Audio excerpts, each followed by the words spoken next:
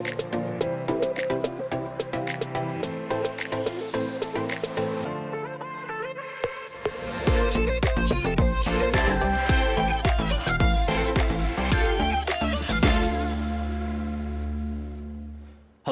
welcome to In Focus. I'm your host, Ehvan Fennell. Today, folks, we have a good one. We are thrilled to welcome the new Vice President for Student Affairs and Strategic Enrollment Management, Dr. Khalilah Doss. Dr. Doss is a longtime educator, leader, and over her 20-year career in student affairs, she has successfully led initiatives using evidence-based decision-making. She's passionate about helping students navigate their academic journeys, build leadership skills, and become global citizens. We're excited to hear her plans for supporting students here at CSUF and how she hopes to make a meaningful impact on our campus. Dr. Doss, thank you. Evan, thank you. Before we get started, a little commotion for your socks.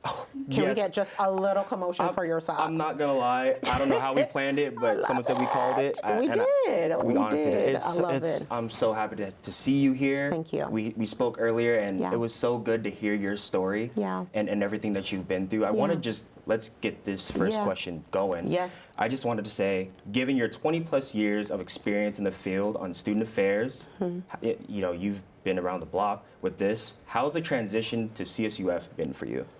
It has been amazing. It's not even a cliche to say that.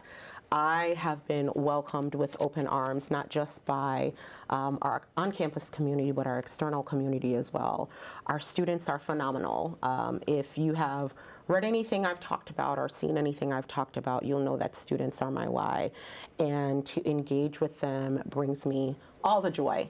All the things, but it has been an amazing transition in getting to know the team, know the campus, understanding the campus culture. I've been very fortunate. Thank you. Yeah, that's so amazing. And I saw in a recent interview, I've been studying, you know what I mean? I've been studying, and I saw in a recent interview that you said that students are so important to you that it was in your title twice. Yes. Yeah. And that's so funny. I was like, that's so real. Yeah. And you stated that it's your why and how important it is to you to come out here and be somebody for somebody else that you said that you didn't have in the past. So that is amazing. Yeah, thank you. And to our next, your expertise is in developing innovative programs focused on diversity and inclusion. Yes. With that in mind, what are you hoping to accomplish here at Cal State Fullerton? Yeah, so for me, and again, I'm not going to define what DEI is or any of that. What I will say, though, is when here at Cal State Fullerton, when we talk about inclusion and diversity, we look at it through the lens of inclusion and including all people, and not in the space of exclusion that folks oftentimes use as a synonym when they talk about DEI, right? So in my role and what I've encouraged my team to do is to find ways to put actions to the work and the words that we say, right? So how do we create opportunities for all students to feel as if they belong, right? Data shows us that maybe 13% of students all across the globe feel as if they belong on their campuses, right? Regardless of size, scope, whatever that looks like. So how do we change that narrative for them? And what are we doing now that we know that to ensure that they do feel as if they belong? One of the things that we were talking about earlier that is embedded in the work that we do in the Division of Student Affairs and Strategic Enrollment Management is around radical hospitality and what that means, right? I'm not going to give you a thesaurus definition, but for us, it's the desire to show up and support other people the way we would want to be supported, and even go above and beyond, right? It's treating people better than we think they deserve sometimes, right? Because, we live in a time where folks are a little unhinged, and that's fine, right? But how do we show grace, and how do we extend more than service? You talked about opening up our hearts. How do we open up our hearts to someone who could be struggling, even if they're not, with a smile, right? With a, how are you doing? What can we do to help? Well, if you don't know, let me help you find someone who can do that. When we talk about inclusion, that's what we mean. Our students are so diverse. We have over 45,000 students here. God. That range, right, from first gen, parents, whatever you can think of, veterans, we have those student populations on our campus. And it is our job to ensure that all of them, even with their unique attributes, feel as if they belong and are a part of the Titan family. Yeah, you open your heart so much. That is such a fact. And like we spoke earlier, that title and what that encapsulates. It's so much, but it's so deserving of what it is, because joining those two words together, or the whole title together, it really tells a story. It does. And there's so many complex routes and paths that you could go within student affairs. Yes. But you try to cover it all. Yes. And it's, I don't know how. So I will tell you, the how are the human resources, the people that we have on this team that I inherited, right? I inherited a phenomenal group of folks who have history, who understand, and most importantly, care about students. So when I give the charge to say we are going to be student-centered, it's not a leap for them. They're like, got it, already doing that, no problem. We're right here, right? So that synergy and alignment, while we are aiming to have that, it's not a far reach, right? I share with our teams that we had cylinders of excellence, right? And that silos only belong on farms. We all were doing our work really, really well. How are we bringing that together to make sure we're not duplicating services, duplicating resources, and that we can support students in the best way possible, right? Yes, we have 45,000 students, but we are still unique to our mission, and our role should be ensuring that no student falls through the crack, right? Which some people are like, that's easy on a campus of 45,000 for folks to just, fall. Our job is to make sure that we are using enough glue to ensure that doesn't happen. So it's the people. It's not even me. I'm the kiddo who shows up the day before the PowerPoint presentation in the group project and was like, I can do PowerPoint real well. Let me help you. In all seriousness, right? I have a solid team of folks who know this work and know this campus and are committed to our students. So I'm very thankful. That's so real. Yeah. So, I'll get to the next question. Yeah. We know how eager you are to serve the students on campus. Yeah. And given that, what are ways that you've approached impacting the campus? Yeah. So one of the things I call folks in on, right? Because we don't call people out, call folks in on is how we bifurcate out what it means to be present and have a presence, right? Being present is just showing up, like you're there. You get brownie points for that. But having a presence is when you show up and you're engaging with students, right? You're saying, hey, Evan, or hey, Hanifa, or Joe, or Juan, or whomever you're engaging with, how's your day been going? You'd be surprised at what students share with you when you ask these questions, probably more than you wanted to be fair. However, for us and for me and how I believe in this journey, there's value in asking those questions, and it's sincere, right? So for me, I've approached it not just by having, being present, but having a presence, listening, right? It's easy to come into our roles or any role and say, you know what, I have great ideas, right? There's an old proverb from the continent of Africa talking about if you want to go quickly, you go by yourself, but if you want to, you need people, right? If you want to go far, right, you're gonna bring people with you. And for me, I think that's one of the skills that I genuinely have. It's reminding folks of their own brilliance and the value that that brilliance brings to anything that we're doing, and that includes our students, right?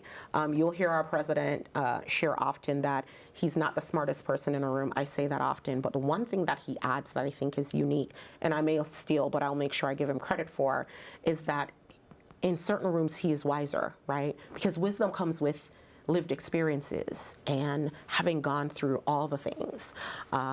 So embracing the brilliance that exists in our students, giving them a space to bring their ideas forward, and reminding them. My one negotiable is civility and respect.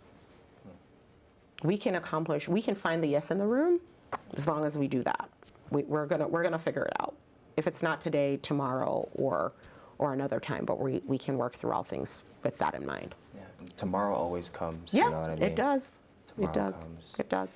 You know, to the next one. I mean, transitioning over here is, we've already talked about it. It's a task. Yes. It takes some time. So in your first 100 days, you focused on relationship building. Yeah. What did you learn from those conversations that you spoke about with like each student and so forth? Yeah, our students, staff, and our community, they want to be heard, right? They have great ideas as well, right? I've seen it.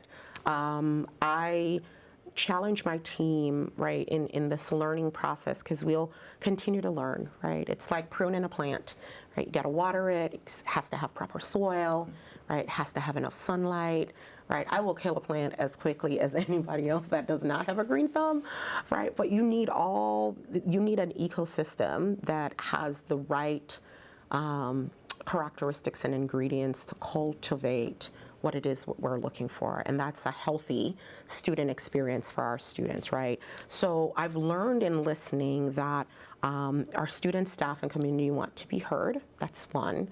Two, that there is brilliance through and through. Three, that we have some of the most passionate students around all issues that you can think of, right? It's not cookie cutter, it's not one or the next, it's just this desire to make the globe better, right? I've learned that, and I've learned that while we are at 45,000 and it may feel overwhelming to some, that's exciting for our community and exciting for our students, and they just want to be included as much as they can be when decisions are being made. So I've learned that, and I'm grabbing onto that and honing in on that, and I'm thankful for the lessons learned. Yeah, like you said, just live and learn. Yeah.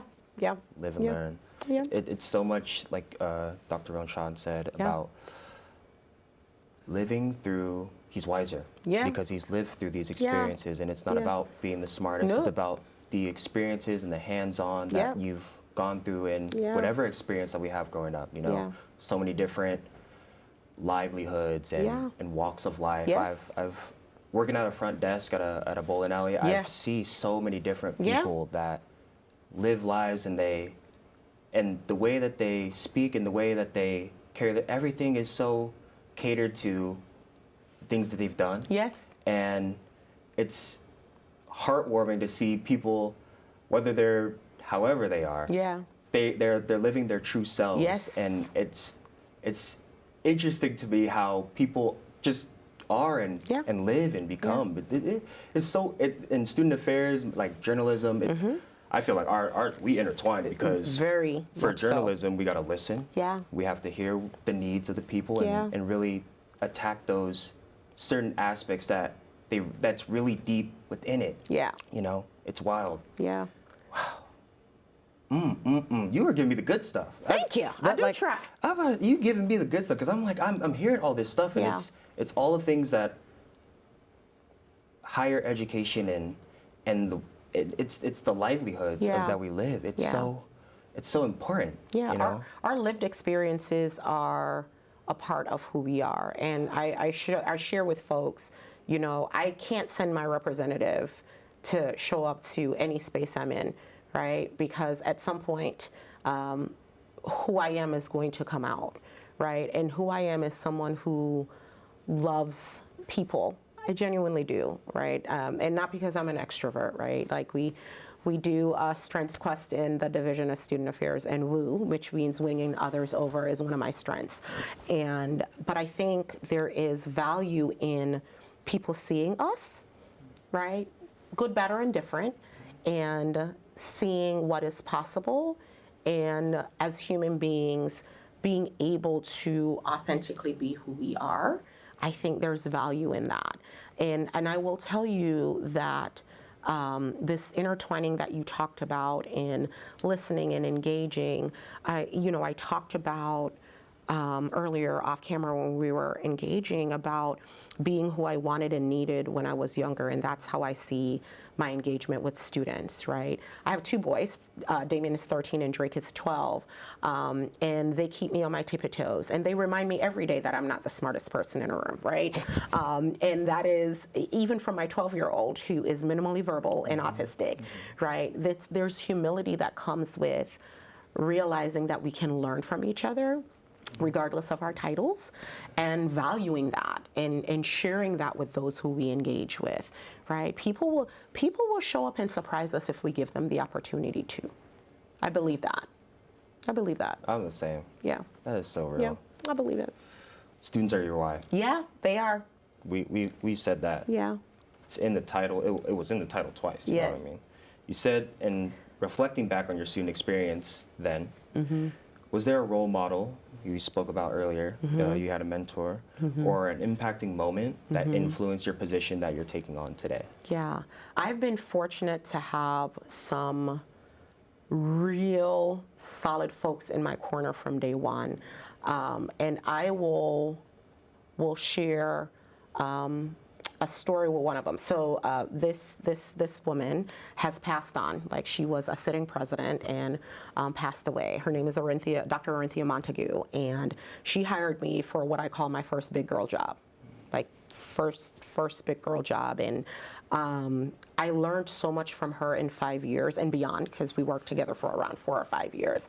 But one of the things that she instilled in me as a younger professional is understanding that even when you're right, sometimes it's not the right time to say so, right? And that wanting to always be right comes from it's a trauma-informed action, right? And that has served me well in my career. Her and Dr. Dr. Saran Donahue and A.G. Monaco and all of these folks, even Dr. Rashawn, right, have poured into me and seen value in the work that I've done at times when I didn't even see it in myself, right? Because imposter syndrome is real, right? Sometimes we enter a space and we're like, do we even belong?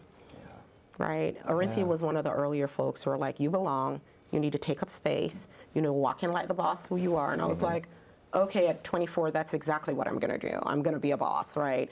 And she's like, you have to name it and you have to walk in your truth. And people are either gonna like you or they're not. So for me, I pinpointed that conversation with Orinthia, but it's been throughout my life that I've been very fortunate to have folks who don't even look like me pour into me in a way that has been meaningful. And I encourage our students to seek that out as well, right? Mentorship is hard work. And I would share that, these folks are not just my mentors, but they're my champions and my advocates, right? Because I think there's a difference, right, in having mentoring relationships than someone who will bring your name in a space when you're not even there, right? That's a champion, that's an advocate. That is someone who said, you know what, I think you can do this, right? Let's make sure you're skilled up to ensure that that happens. Yeah, I've been fortunate. That's so cool, because like you said, they bring you into those conversations that it's like, hey, y'all need to know. Yeah. Because it's about being seen in a certain spot, and everybody has a talent and a power to do something. Yeah. And it's about seeing the certain experiences and the opportunities, the doors that be opening, and opening them. Yep. And walking through them. Yep. And just seeing what's on the other side. Yep. If you don't like it, close the door. And leave. You can walk up out there. It really is about seeing all that. And that's that's something that you walk in stride with so well. Thank you. With the shoes. You walk in with stride. The dunks. In stride. Yeah, I love it. It is so real. And it's so amazing that you've done that. And I will tell you, Evan, that the other side of that coin too is ensuring that I'm reaching back to help students, folks, whomever, in the way that I was helped, right? I think it was a Toni Morrison quote that talked about success is not this candy grab bag, right?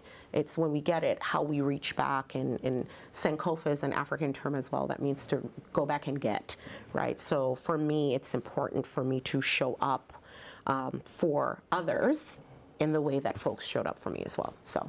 It just, it goes and it goes and it goes. Yeah. And it's a link. It is. It's, you know, so it's the chain's strong as the weakest link. So you got to keep going and build within that. And it's so important, you know, and you're a strong link. You're a strong part of the chain. I'm trying to be. Strong part of the thank you. Strong part of the chain. I appreciate it. And I guess for our last question, we're getting there, man. Okay. No, that's all right. Let's see. What does moving Fullerton forward together mean to you in practice? You know, for our future, what are some things we can see for Fullerton? I share with my children, and I share with anyone who listens, that attitude will always reflect leadership, right? And that I can promise my team a psychologically safe work environment, but I can't promise you happiness, because that's an inside job, right? So that being said, when we talk about finding joy, though, in the work that we do to move our campus forward, we have to be collaborative, or let me say this, continue to collaborate, because we were already collaborative. I talked about dismantling our cylinders of excellence, right, or our silos, and understanding that if there's an issue or a concern, and I'm talking about in the realm of, you know, student affairs and strategic enrollment management, that we don't need 21 business days to solve an issue. Some issues take 21 business days, but some don't, right? And that our students and our campus and our community deserve our urgency, right? The flip side of that is the strategy that we have to work through to ensure that we can document and name and assess what we're doing, and identifying the value that brings, or the return on investment for our students. Moving Fullerton forward for me, Evan, means, you know, you'll leave here and you'll get this amazing job as a broadcaster that you say you want, and that you'll look back at the experiences that you have in this studio and all these people who are around you supporting you, and say, a Fullerton degree did that for me. That's what moving Fullerton forward is, right? If the maths, you'll outlive me, right? Like, just basic math, right? It's not common core math, right? This is basic math. And keeping that in mind, I want you to be better than I am. I want all our students' dreams and aspirations that they don't even know exist to happen come true. That's what we're saying when we say we want to move Fullerton forward from all the goals, right? The goals are just goals. We have to put actions to them, and we have to do the work, right? So thinking through this ecosystem that we have in moving Fullerton forward, we have to do that together, right? And we have to continue to keep students at our North Star, is what the president and Dr. Chancellor Garcia will also say, right? We have to challenge ourselves and push ourselves to want to do better for our students, right? Because we're doing great, but how do we hit better? And when we hit a ceiling, how do we shatter that and go to the next, and shatter that and go to the next, right? We live in an environment where things are ever changing. But I don't believe anything is new under the sun, not right. AI is new, yes, but back in the day, so was the World Wide Web when it came online, right? So being able to navigate whatever we have coming our way in higher education, I think is going to be important in how we move Fullerton forward. Yes. Oh, Dr. Khalilah Doss. Yes, sir. You gave me all the good stuff. Oh my God, I was so excited. I was so excited when I saw I was going to speak to you about everything. Thank you so much for everything, really. And listen, before we close, I just want to say this to you. You will and you can. Oh, yeah. You will and you can. Like, I cannot wait to see you on my TV somewhere, right? And I will say, Evan actually interviewed me, right? You will and you can, and I am, your campus is proud of you. And I will be there when you walk across the stage next May, cheering you on with your friends, family, and your community. So keep going. You did a good job. I'm humbled to be here with you, and thankful that you took time out of your day. I know you're on your way to class after this. To interview me and meet with me. So I'm thankful for that. Thank you. Thank you so much. I appreciate it. Well, thank you for joining us today for another special episode, super special episode of In Focus. We also want to give a special thanks to our guest, Dr. Khalilah Doss, for sharing her experience and wisdom with us.